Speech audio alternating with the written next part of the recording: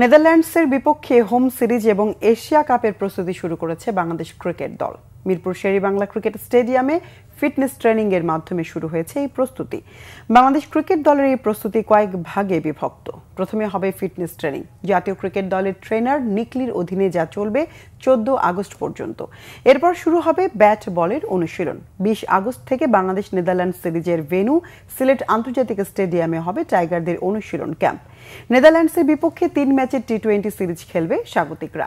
Asia কাপে tiger ব্যাটারদের big হিটের দক্ষতা ও সামর্থ্য বাড়াতে পাওয়ার হিটিং কোচ জুলিয়ান উডকে দায়িত্ব দিয়েছে বিসিবি। বৃহস্পতিবার দলের সাথে যোগ দেওয়ার কথা উডের, তবে হেড কোচ ফিল সিমন্স এবং অন্য বিদেশি কোচিং স্টাফরা দলের সাথে যোগ দেবেন 11 আগস্ট। ডাচদের বিপক্ষে টি-20 সিরিজের প্রথম ম্যাচ 30 আগস্ট। বাকি দুটি ম্যাচ হবে 1 ও 3 সেপ্টেম্বর। এশিয়া কাপের জন্য বিসিবির 25 জনের প্রাথমিক স্কোয়াড থেকে নুরুল হাসান সোহান, নাইম শেখ, মাহিদুল ইসলাম অঙ্কন এবং সাইফ হাসান টপ অ্যান্ড টি-20 সিরিজ খেলতে অস্ট্রেলিয়ায় যাচ্ছেন।